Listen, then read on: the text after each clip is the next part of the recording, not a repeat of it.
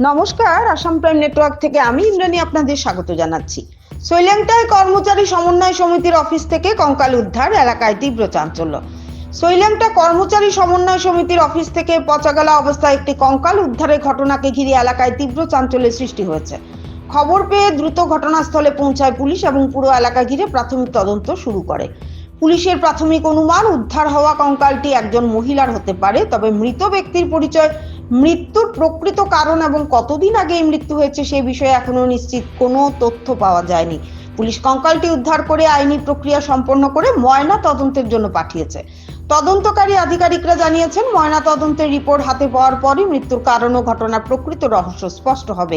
এই ঘটনাকে কেন্দ্র করে স্থানীয়দের মধ্যে নানা প্রশ্ন ও উদ্বেগ দেখা দিয়েছে।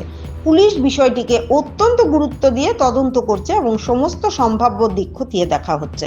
ত্রিপুরা থেকে গোপাল সিং এর report, Assam prime network. Just আয়া দেখলাম এটি সৈল্যাংটা থানার আন্ডারে সৈল্যাংটা বাজারেই একটা পুরনো একটা পার্টি অফিস আসলো, সমন্বয় অফিস। সেই সমন্বয় অফিস অনেক দিন ধরে বন্ধ ছিল বলে জানা গেছে। তো আজকে এখানে কাছে যে শনি পূজা যারা করেছিল তারা ভিতরে রান্না বান্না করার জন্য সেটা খুলেছিল। তখন ভিতরে একটা মৃতদেহ, অজ্ঞাত মৃতদেহ পাওয়া গেছিল।